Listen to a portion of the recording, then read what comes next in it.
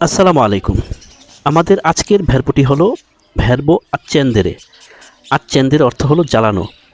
আমি জ্বালাই, তুমি জ্বালাও, সে জ্বালায়, এই কথাগুলো কিভাবে বলে, অর্থাৎ বর্তমানকালে কিভাবে এই কথাগুলোকে বাক্য তৈরি করা হয় সেটা আজকে আমরা শিখব। ইও accendo, আমি জ্বালাই। আমি জ্বালাই, ইও accendo। তু accendi, তুমি জ্বালাও। তু accendi, তুমি জ্বালাও। লুই অথবা লেই accende, সে জ্বালায়।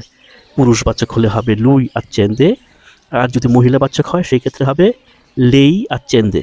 লুই অথবা লেই accende, সে জ্বালায়।